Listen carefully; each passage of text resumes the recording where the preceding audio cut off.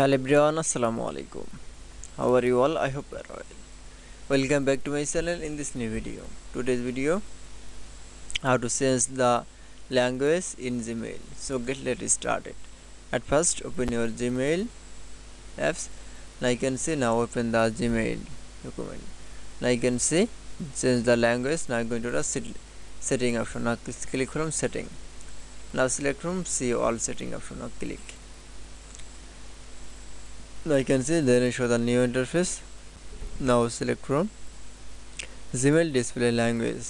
Now click from arrow. Now choose from any language.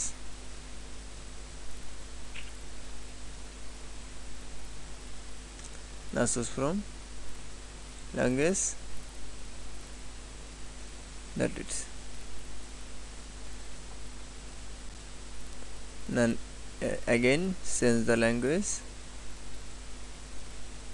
Now select from language. That is. Now you can see.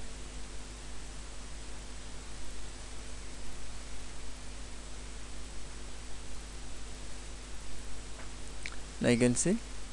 Change language in Gmail is very easily.